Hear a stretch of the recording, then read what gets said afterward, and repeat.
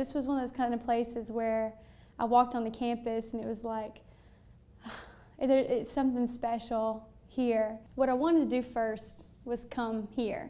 That was the idea. And then life happened and I had to be online and I was concerned, well, there goes my community that I was expecting. But you know, the professors really do try to foster that community, even online, through forums, through prayer groups. So it's not just all academia all the time. You know, people really are sharing their prayer requests. And they're speaking to each other as if they're there. So it's not all, I'm answering this question, it's, oh, that's really interesting, you know, tell me about your perspective. I really wanted the community, and so I feel like I haven't really lost too much of that through that online support. The classes aren't just the classes themselves. I mean, there's an emphasis on personal holiness in doctrine and polity. There's an emphasis on personal holiness in Greek.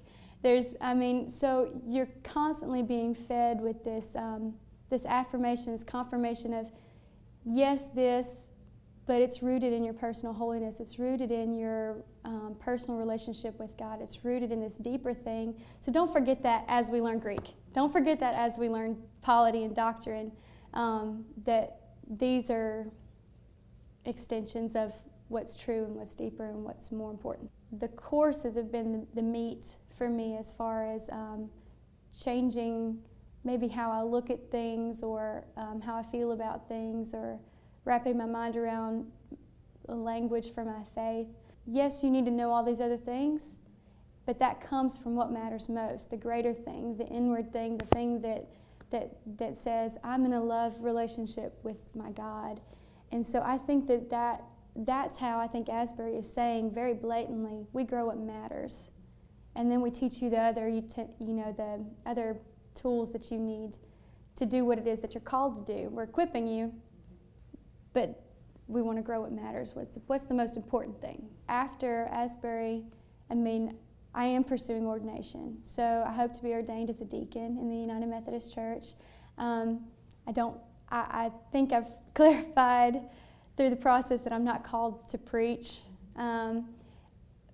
So the deacon track was a way for me to still pursue that call of leadership and also continue to clarify the call.